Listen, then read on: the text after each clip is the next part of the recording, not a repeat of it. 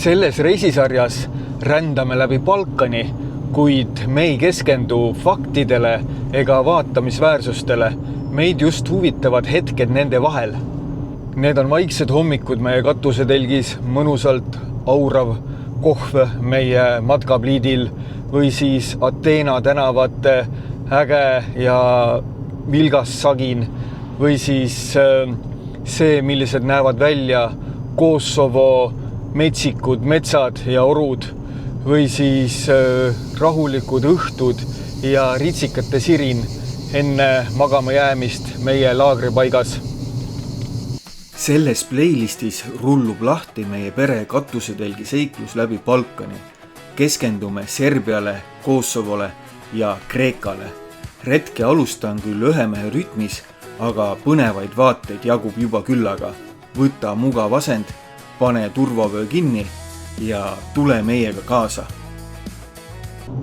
Ma olen oma autoga reisinud alates 2010. aastast vahelduva eduga ja kogu aeg, iga kord, kui ma olen käinud reisil, siis on see kuradi Läti sild olnud remondis. Mingisugune, mis ta on siis, 15-16 aastat. Ja nüüd on esimene kord, kui ma saan siit sillast üle sõita niimoodi, et remonti ei ole. Vaadake.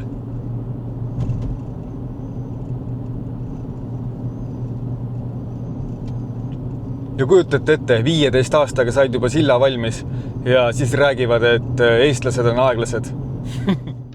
Kuna alustasin teekonda reede õhtul peale tööd, siis esimese öö veetsin Salatskriva vahetusläheduses. Filmisin vähe, proovisin saada varustusega sõbraks ja tühjendasin pead töö mõtetest.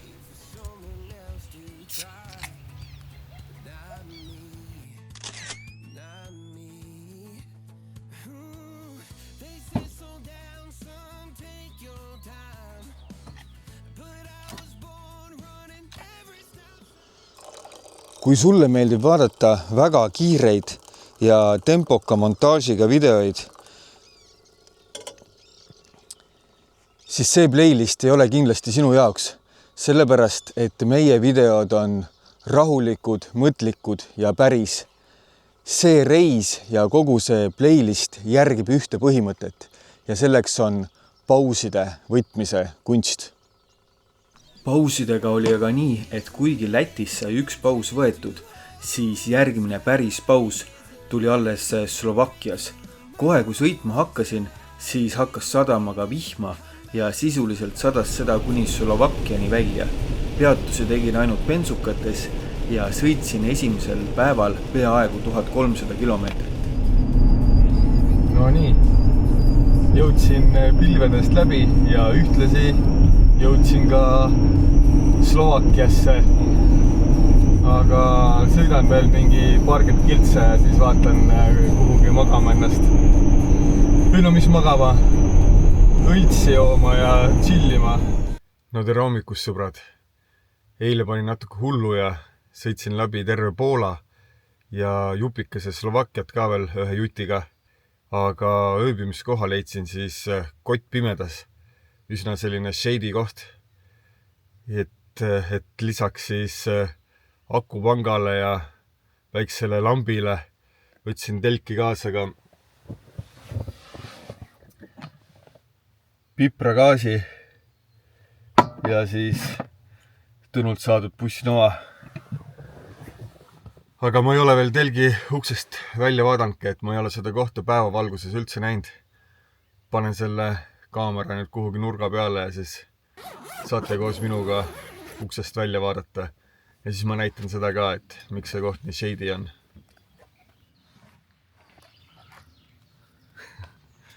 No kuulge, pole isegi vigasel kohal ju tegelikult.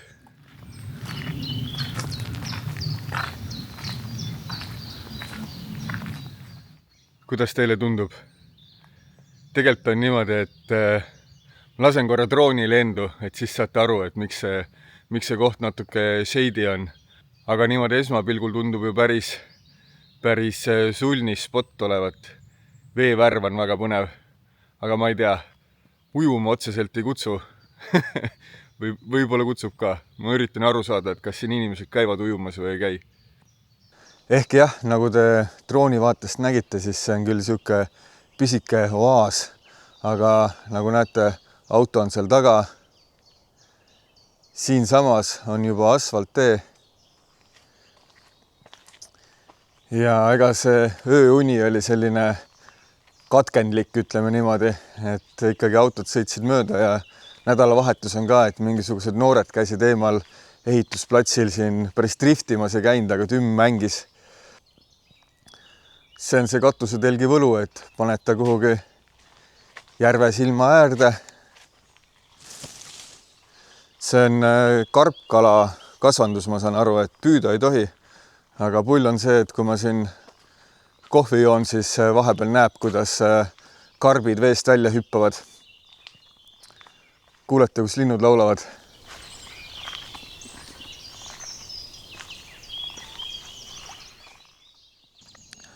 Kuigi see esimene vlogi osa on olnud selline üsna kaootiline, siis siin Slovakkia sinise järvekese ääres ma üritan teile ikkagi selgitada, et milline see meie selle reisi videote fookus ja struktuur hakkab olema.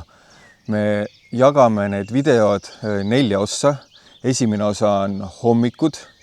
Hommikute juures me näitame meie kämpinguplatsi ja seda kõike sellises rahulikus rütmis. Siis on teel olemine. See on nüüd selline tempokam peatükk ja seal me näitame täpselt seda elu, mida me elame sellisena, nagu ta on ja ilma ilustamata. 3. peatükk on kohtumised. See on peatükk, kus me äkki teeme mõne huvitava intervjuu või siis lihtsalt räägime mingisuguse põneva loo, mida me reisi jooksul oleme kuulnud. Ja viimane peatükk on siis õhtune vaikus ja see on siis see osa videost, kus me võtame kõik eeloleva kokku, mõtestame seda ja seome talle sellise mõnusa sõlme peale. Meie ei ole mingisugused reisiajakirjanikud, me oleme lihtsalt Eesti pere, kes õpib siis matkates ka koha peal olema. Sain aru, et paistab, et ümber järve on ka mingisugune selline matkarada, et miks mitte ilusa ilma puhul minna see matkarada ka ära jalutada koos teiega. Kui ma sellest viidast õigesti aru sain, siis see järv on tegelikult karpkala kasvandus ja vist siis kuu aega aastas märtsis saab siin siis karpkala püüda, ilmselt siis tasuliselt. Et kedagi huvitab, siis ma panen selle viida pildi siia, et võite uurida, et kuidas oleks võimalik siin seda kala püüda. Ring võtab aega äkki mingisugune, no ma ei tea, 20 mintsa äkki läheb, võib-olla pool tundi. Et midagi keerulist ei ole ja kui siia ööseks parkima tulla, siis miks mitte hommikul see ring ka ära jalutada. Ma ujuma ikkagi ei lähe, sest ma mitte kuskilt infot ei leidnud, kas siin võib ujuda või või ujuda. Ja need inimesed, kes on siin jalgratastega käinud, need ei ole ka keegi ujuma läinud. Et kui ma seda ööbimiskohta Mapsis valisin, siis eriti hakkas mulle silma see nagunii see sinise veega järv, aga kihvt oli see kaljusein ka siin järve taustal. Ma ei tea, siin on puud ees. Kas jääb midagi peale või ei jää? Oodake, siin on üks spot. Siin ma ilmselt saan näidata. Vot, see kaljusein. Ma ei tea, 5 mintsa olen jalutanud ja selline 3. järve on käidud. Et nii, ma ei tea, kas siit tagant paistab, et auto seisab mul seal järve otsas. Aga siin on kuulda ka mingisugust veesolinat. Kuradi libe. No nii, selline väike allikas. Oi, siit on ilus vaade.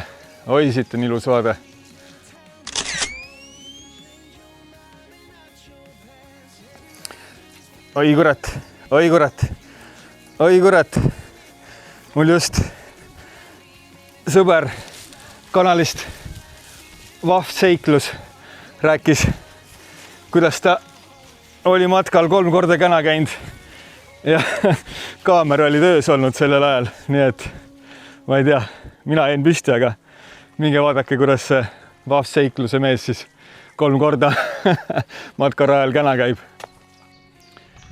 No nii, siit on nüüd see kõrguv kaljusein päris hästi minu selja taga näha. Aga noh, sellisele külakese äärsele järvekesele kohaselt muidugi mõista võib leida selliseid trussikuid ja sokke siit äärest. Aga no tundub, et ikkagi siis ujutakse siin. Või no ma ei tea, ühesõnaga, kui keegi siia satub, siis omal vastutusel võib-olla võib ujuda, võib-olla ei või ujuda. Et kui ta on nagu kalakasvandus, siis tegelikult ei tea ju, pannakse mingit sööta ja värki, et kas see on kõige parem. Raisk! No nii, Vahv Seikluse mees Kristjan tuli mul ka ära. Aga ühesõnaga, mis ma tahtsin öelda, et kui tegu on selle kalakasvandusega, siis pannakse siia mingit sööta ja äkki mingisugust kasvukeemiat või midagi, et äkki ei ole kõige parem koht ujumiseks. Aga kes tuleb siis telgiga, siis vaadake, siin tegelikult on järve ääres ka mõned sellised lõkkekohad, et siia saaks päris mõnusalt väikse telgi panna, et ei pea seal tee peal olema, kus mina selle katusetelgiga olin. Ja vaadake, siin järve ääres, loodan, et mul sisse ei kuku, hunnikute viisi. Metsmaasikaid.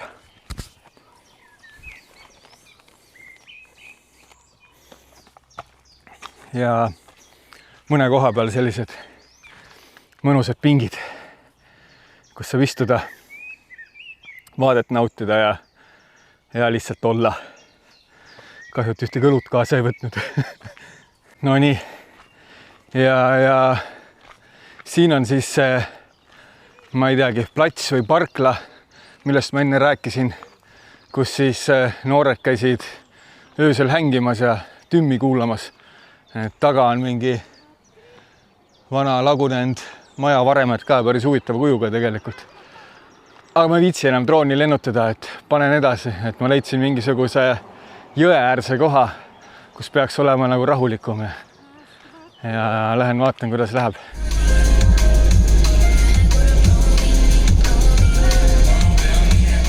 Need ööbimiskoha skautimised on nagu on.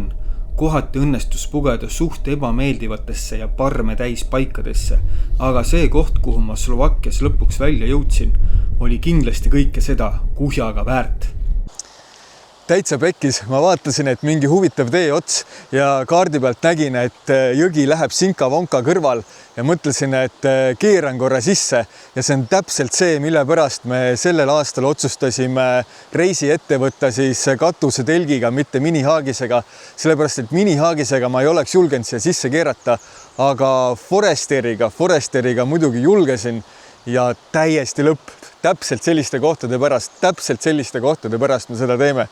Aga kell on alles 2, panen telgi ülesse ja enne homset ma ei kavatse siit jõe ääres kuhugi minna, nii et saate siis minuga mõnusalt siin jõe vulina saatel kaasa kulgeda.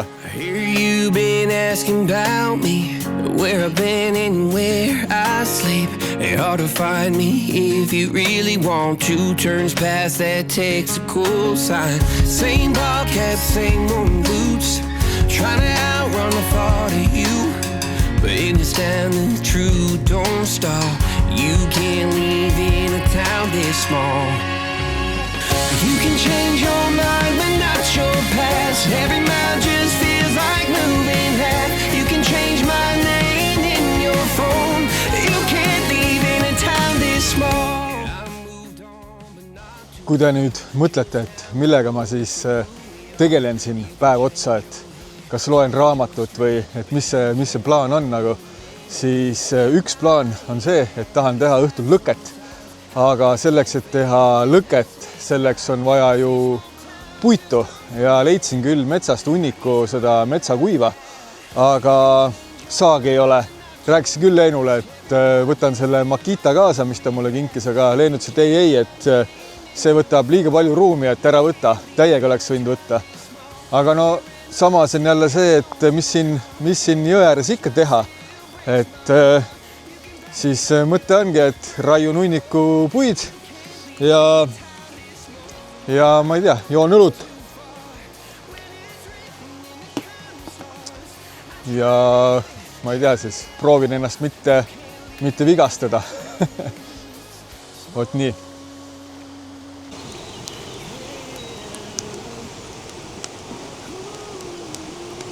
Tegelikult veetsin sealses jõesopis isegi 2 ööd. Lugesin raamatut, uurisin ümbrust ja hingasin lihtsalt sügavat sisse mägede ürgset hõngu.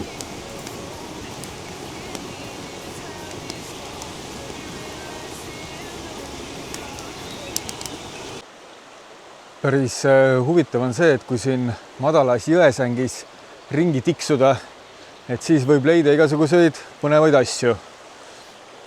Noh, see võib-olla ei ole kuigi põnev. Mingi konservikarbi gaas, et võtan kindlasti selle koos enda prügiga kaasa. Aga teine asi, mida on siin igal pool, on kõik kohad on täis mingid konte.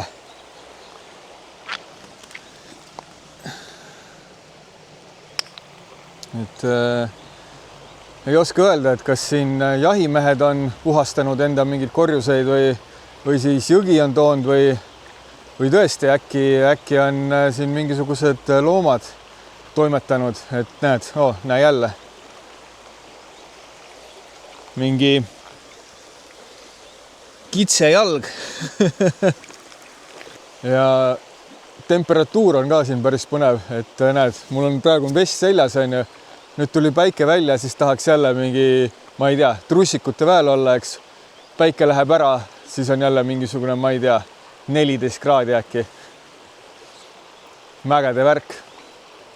Käis siin üks härra ja rääkisin temaga siis, mis ta siis on, eesti, saksa, inglise, vene segakeeles, aga saime üksteisest nii palju aru, et ta rääkis, et see jõgi siin, et siin jões, kus juures ujub lõhet ja mis eriti põnev, siis vahel käivad karud siin jões siis käpaga lõhet püüdmas. Nii et see korjus, mida ma enne seal näitasin, see kuradi kitsejalg siis vabalt võis olla mingisuguse karu pidusöögi jäänus siis. Et ütles mulle, et tee tuli üles ja kui õhtul magama lähed, siis võta gaas kaasa ja kindlasti pane kõik toit, mis sul on, et pane autosse külmikusse kinni, et mingit lõhna tunda ei oleks.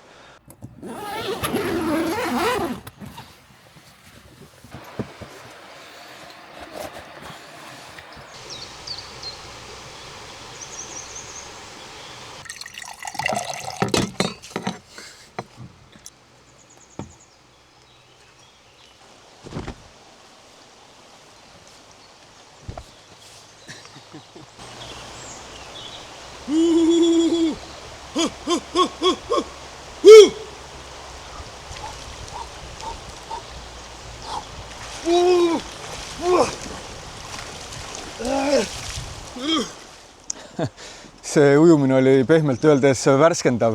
Ma olen nüüd mitu päeva söönud mingisuguseid rekkameeste võileibu ja mõtlesin, et teen endal siis ühe korraliku hommikusöögi ka täna siin pliidi peal. Lisaks kohvi keetmisele praen muna, praen vorsti, teen siuksed tummised kohalikud võileivad. Oba! Ilmselt vanad kanalivaatajad mõtlevad, et kuule Kaur, aga kus on sinu pere, et kas sa tõesti oled hakanud poissmeheks, siis õnneks see niimoodi ikkagi ei ole. Sellel aastal meil on siis selline plaan, et mina sõidan autoga Eestist kuni Ungarini ja Ungarist võtan siis peale oma pere. Olen olnud teel nüüd 3 päeva. Täna jõuan Ungarisse. Näitan teile Ungaris mõnda vaatamisväärsust, mida mina olen varem tahtnud näha, aga mis minu peret eriti huvitanud ei ole. Ja nüüd avaneb siis minul ja ka sinul võimalus neid huvitavaid kohti näha.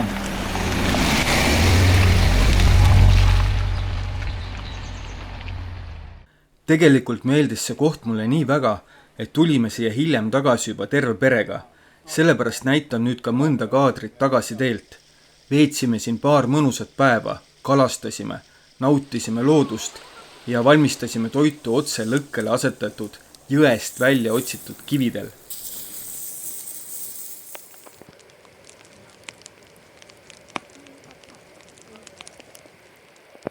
Esimene koht, kuhu tahan teid siin Ungaris viia, on minu selja taga paistev hiiglaslik puidust käsi. Meie varasematel reisidel ei ole siis minu pere viitsinud seda vaatama tulla, sellepärast et ta on natukene trajektoorist kõrvale jäänud, aga kuna seekord olen ma siin esimesed päevad üksi, siis kavatsen selle käe üle vaadata. Tegu on siis tegelikult suure vaateplatvormiga, mis on siis tehtud puidust ja ta peaks siis sümboliseerima seda, et umbes et emakene maa pakub sulle kuidagi tuge ja kuna see asub sellise 5 kilomeetri pikkuse ringina matkaraja lõpus, siis pakub ta tuge ka ränduritele, kes sinna lähevad ja mina olen just üks neist ränduritest ja teie ka läbi selle kaamera pildi. Aga lähme vaatame siis. Päris äge. Läheb nagu päris matkarajaks ikka. Et siukene kõigi värk ei ole lihtsalt nagu Poolas kuskile Morskia oka äärde lähed mööda seda asfaltteed, vaid siin ma ütleks ikkagi on matkatunne peal, kui ma just valesti ei tulnud nüüd. Ja päris äge on see, et see rada on vaheldusrikas.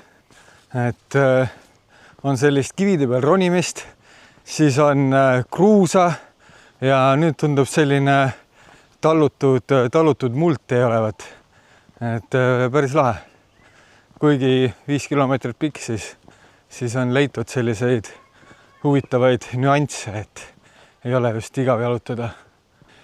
Ja kui muidu nende välismaa matkaradadega on tihti see, et kohati ei saa aru, et kas sa oled õigel teel või ei ole, siis siin on küll nii, et ma ei tea, peaaegu iga puu peal on see lipuke, et ainult tola võib ära eksida. Loodan, et ma enda sõnu sööma ei pea hakkama. No nii, ma juba näpu otsa nägin põõsa vahelt ja saate minuga siis sinna käeplatvormile jõuda ja mulle tundub ja tundub ka õigesti, paistab, et siin ei ole mitte kedagi. Kujutate ette, assan nuga. See on küll võimas.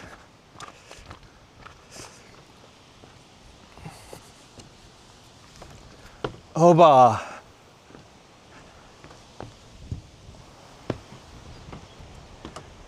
No mis arvate? Vägev.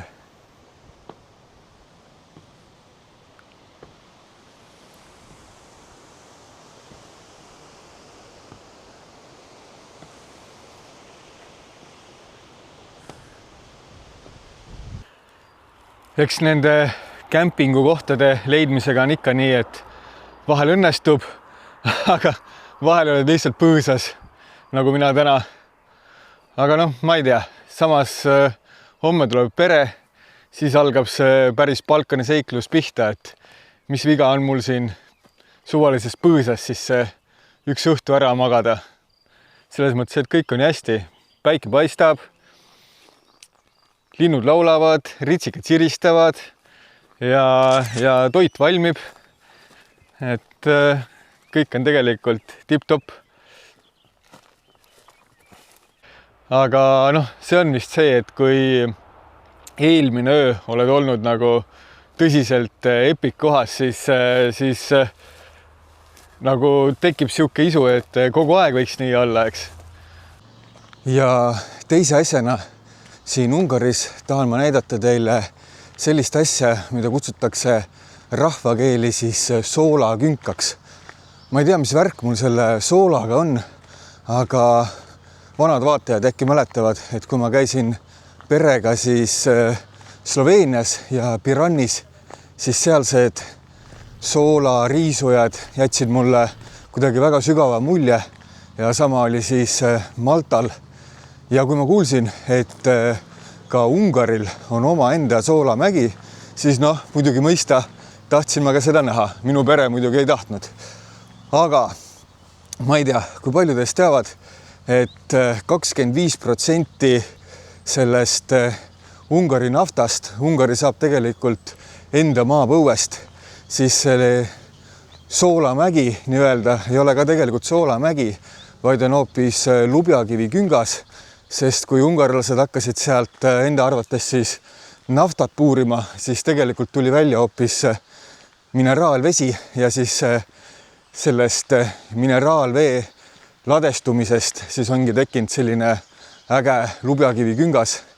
Aga minu meelest ta näeb väga selline maaväline välja. Et saate siis ka vaadata, kas mul on õigus.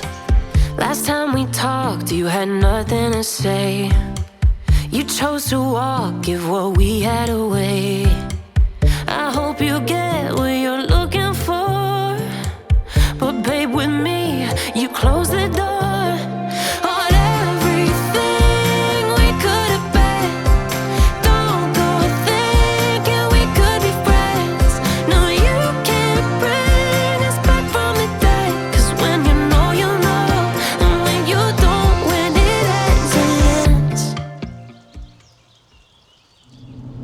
Niisiis, sõidetud on esimesed 2000 kilomeetrit, kohe jõuan Budapesti perele järele ja kui küsite, et mis siis on keskmine kütusekulu selle katusetelgiga, siis see on täpselt 8 liitrit 100-le. Siin Budapesti lennujaama taustal oleks paslik rääkida teile üks lugu. Kunagi lugesin raamatust, et oli selline juhtumus, et üks isa saatis oma poja siis riigi kõige targema mehe käest küsima, et mis asi on õnn. Ja poeg läks siis, jõudis selle targa mehe juurde, aga sel targal mehel oli väga kiire, ta ei saanud parajasti selle poisiga rääkida ja andis siis poisile teelusika ja pani teelusika peale 2 tilka õli ja ütles, et mine nüüd vaata minu palees ringi ja 2 tunni pärast tule tagasi, aga vaata, et sa neid õlitilkasid maha ei aja. Poiss käis siis 2 tundi mööda seda paleed ringi ja läks siis targa juurde tagasi ja siis tark küsis, et noh, et mis sa siis arvad minu ilusast paleest, nendest purskkaevudest ja parkidest ja kaunitest teenjannadest. Aga poiss ütles, et mis asja, et ma ei näinud mingit teenjannasid, et ma ju lihtsalt vaatasin seda lusikat ja et õli sealt pealt maha ei kukuks. Aga siis tark ütles, et kurat, et sa pead seda paleed ka ikka nägema, et mine jaluta veel 2 tundi, et vaata ringi ka. Ja siis poiss käiski mitu tundi mööda paleed ringi, vaatas parke ja purskkaevu ja kauneid maale ja teenjannasid ja siis läks targa juurde tagasi ja tark küsis, et noh, et mis sa arvad siis minu valdustest, et kuidas sulle meeldis?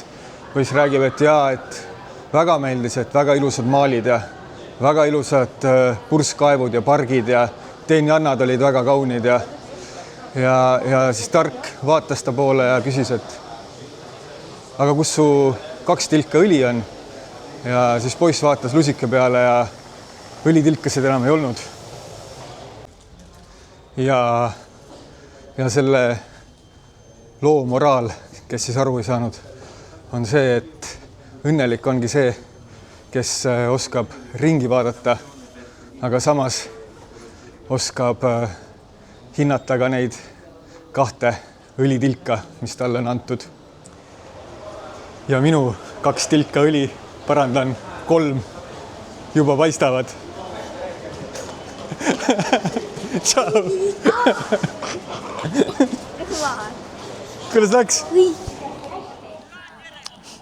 See esineb Palatoni järv. Päike on just loojumas. Kell on kohaliku aja järgi 9. Ja see seal on Tihani koobas. Igal juhul kusagil selle mäeosa sees on Tihani koobas. Ja selle Tihani koobaga on seotud üks legend. See läks umbes nii, et siin järve kaldal elas üks kuldsete juustega väga ilus naine, kes laulis väga ilusasti.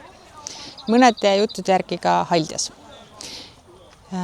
Ja seda laulu kuulsid järve valitseja oma pojaga, kes väga tahtsid, et ta veel laulaks. Aga see naine läks ülbeks, läks uhkeks ja ütles, et ma ei laula, kui te ei anna mulle kalliskivisid. Ja järvevalitseja tema poeg muudkui andsid talle kalliskivisid. Tema muudkui laulis. Aga siis ühel päeval said need kalliskivid otsa. Ja siis see naine ütles, et ei laula rohkem, kui raha ei ole. Ja siis järve valitseja muidugi vihastas, loogiline on ju, ja ajas järve vee üle kallaste. Nii et selle vaese naise kuldsed kitsed uppusid kõik ära. Ja lisaks ta ise siis tormas varju Tihani koopasse, mis siis ei olnud veel Tihani koobas, siis see oli lihtsalt koobas.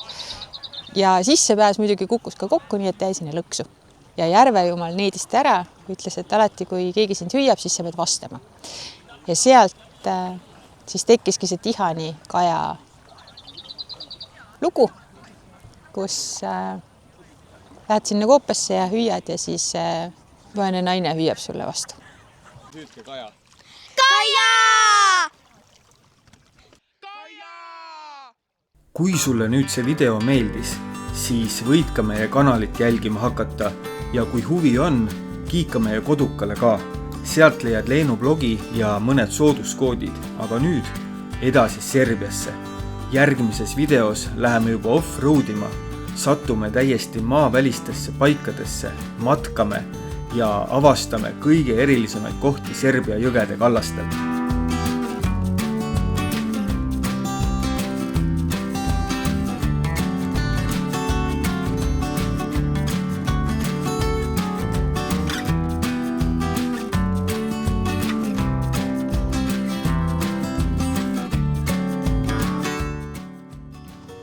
Mina ei tule nüüd väitma, et kõik serblased on venemeelsed, aga suur hulk neist ikkagi on ja meie autol on peal Ukrainat toetavad kleepsud. Ja kuna meil on kaasas ikkagi ka väikesed lapsed, siis mingisugust liigset intriigi ei ole mõtet tekitada ja sellepärast Serbia ajaks toetuskleepsu kleebime üle matka maailma kleepsuga. Nii. Ja siis Kosovos võtame selle jälle maha.